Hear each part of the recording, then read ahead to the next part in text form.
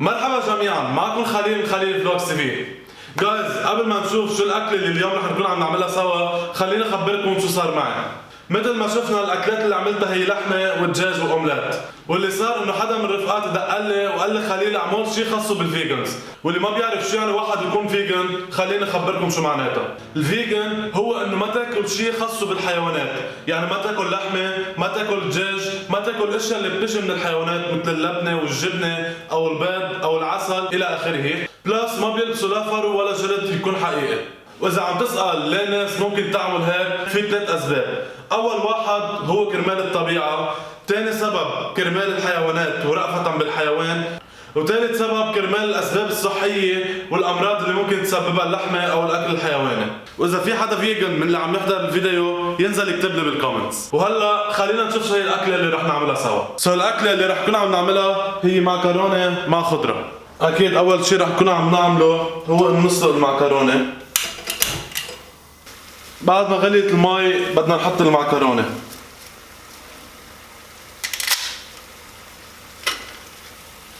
اكيد بدنا نحطهم بطريقة يكونوا مغطسين لفوق بالمي، وبنرجع بنغطيهم. هلا بالوقت اللي عم ننطر فيه المعكرونة، اول شي بدنا نعمله هو انه نقص الثوم. بنجيب المقلاية بنحط فيها زيت زيتون، بنحط الثوم بقلبها،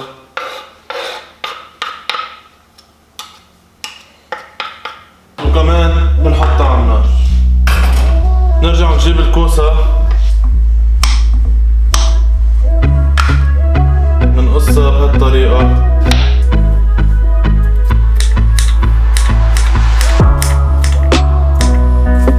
بنحط الكوسة فوق.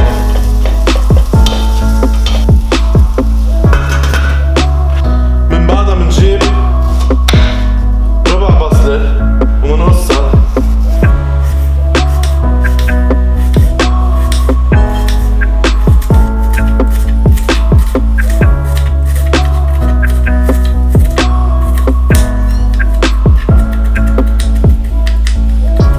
وبنحط البصل فوقهم.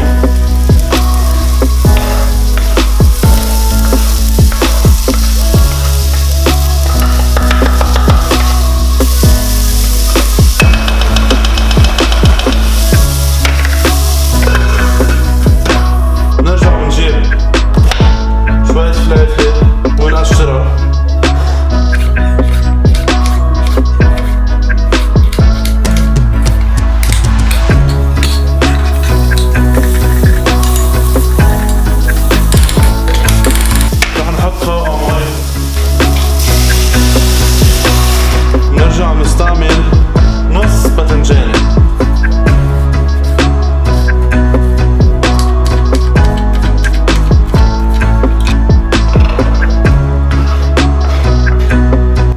هلا جايز، انا كترت مي بالخضرة. هو لازم تحطوا مي بس اقل، بس انا كترت شوي لانه بطيء انا وعم اقشر وقصقص.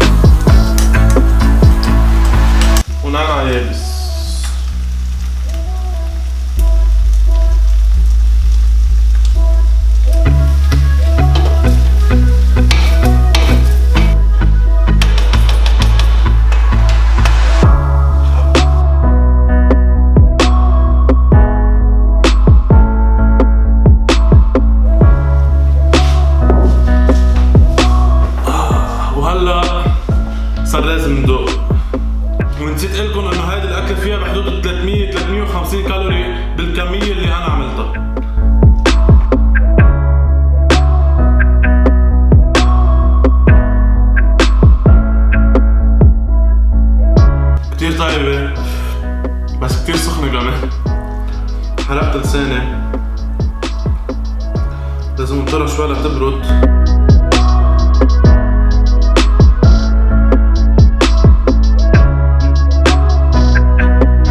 عن جد ما في احلى من الشعور انه الواحد يكون عارف حاله انه عم ياكل اكل صحي.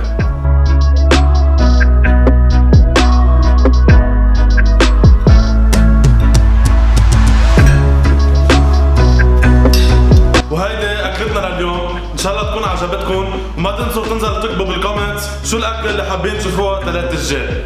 وهيك بنكون وصلنا لنهايه هذا الفيديو، ما تنسوا تنزلوا تعملوا لايك وسبسكرايب. باي.